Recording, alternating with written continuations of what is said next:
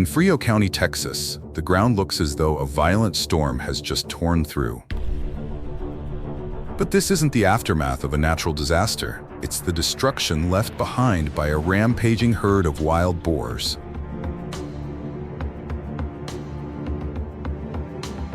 As darkness falls, packs of wild boars emerge, creeping into residential neighborhoods. Their presence unleashes chaos, stirring fear and outrage throughout the community. Lawns are ripped apart, trash bins are ransacked, and even family pets are sometimes viciously attacked. The consequences go far beyond property damage. For many families, especially the elderly and young children, the presence of wild boars has become a daily source of fear and anxiety. Their grunts and squeals echo through the night, and the destruction they leave behind has shattered the peaceful rhythm of life in these communities. Across the farmlands of Texas, one of the top corn-producing states in the U.S., wild boars have become a relentless nightmare for farmers. They trample through fields, ravaging crops like corn, wheat, and soybeans, leaving behind a trail of destruction marked with hoofprints and upturned soil. According to the U.S. Department of Agriculture, USDA, Texas had around 10.7 million acres of corn in 2024. Alarmingly, over 1.5 million acres, nearly 14%, have been severely damaged by wild boar activity.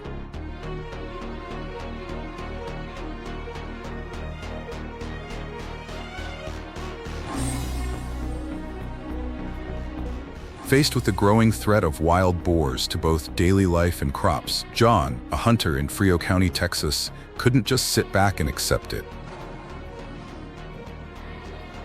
He couldn't silently watch as herds of wild boars roamed in each night, spreading fear in the community and destroying the livelihood of local farmers. John and his team planned a nighttime hunt, the time when wild boars are most active. Weapons and night vision equipment were essential for every pursuit of these dangerous animals.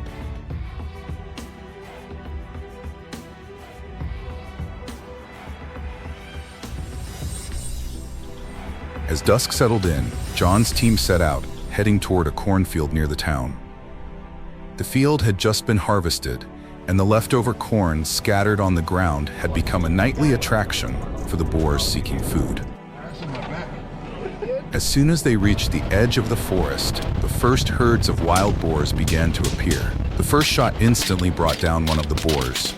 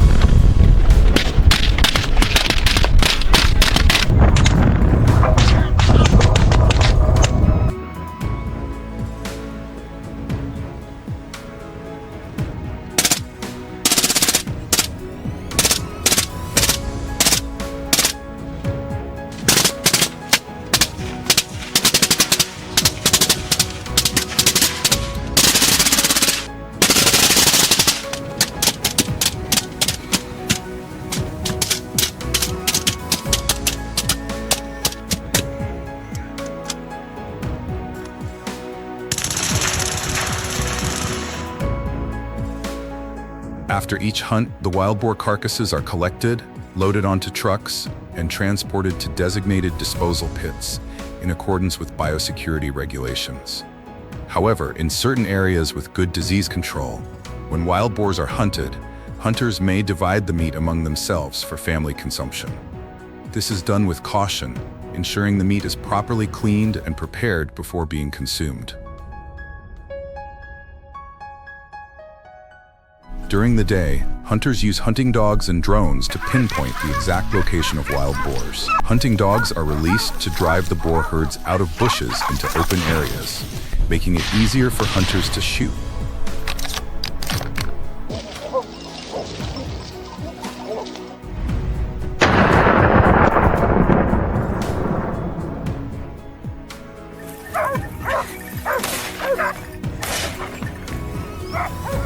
To avoid detection, when spotting a herd, hunters approach from downwind, as these animals are highly sensitive to unfamiliar scents.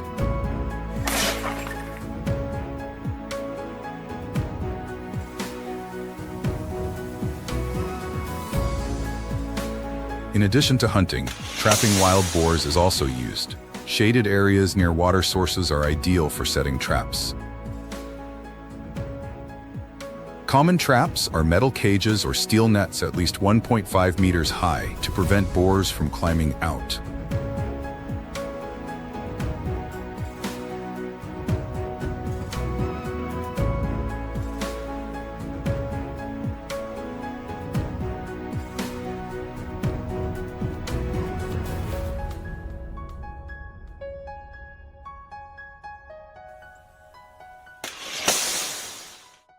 Since wild boars are intelligent and learn to avoid traps, people often place bait like corn, vegetables, or roots for several days to lure the entire herd into the trap. This process can take up to 2 weeks, with surveillance cameras ensuring they're accustomed to the trap for at least 3 consecutive nights. Once most of the herd is inside, the trapdoor is activated via sensors or remote control.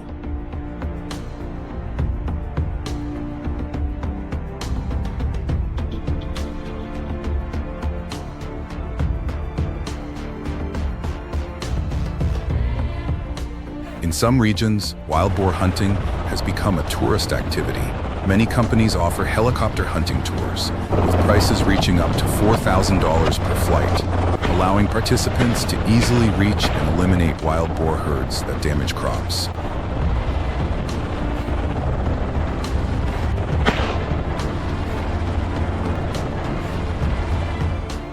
After each hunt, the wild boar carcasses are usually divided among the hunters to be processed for family consumption or sold to certain specialty meat processing facilities.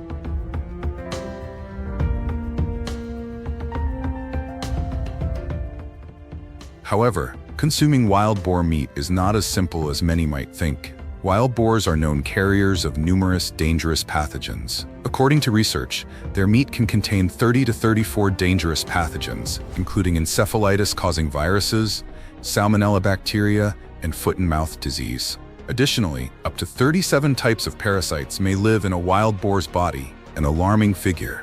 On top of that, the strong and pungent odor of wild boars makes processing, preserving, and consuming their meat a real challenge. Therefore, across the United States, there are only about 15 licensed facilities allowed to process wild boar meat, a remarkably small number compared to the population of this invasive species and the demand to control it.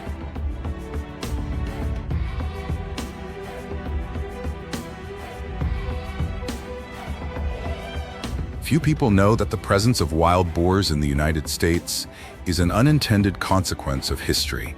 They were brought by European explorers and settlers hundreds of years ago for hunting or farming purposes. Over time, many individuals escaped into the wild, reproducing uncontrollably and becoming one of the most dangerous invasive species in North America. Today, wild boars not only destroy crops, damage ecosystems, and threaten native species, but also attack humans and livestock and spread diseases. They are a major challenge for governments, farmers, and environmentalists alike. The battle between humans and these creatures continues daily across states where they appear, and this may be a fight that lasts for decades, as wild boars reproduce and adapt at an alarming rate. Thank you for taking the time to watch today's video. If you found the content helpful, please do not forget to like, subscribe to the Leaf Farm channel, and share your thoughts about this topic in the comments below. We look forward to seeing you in our next videos with more exciting and meaningful discoveries.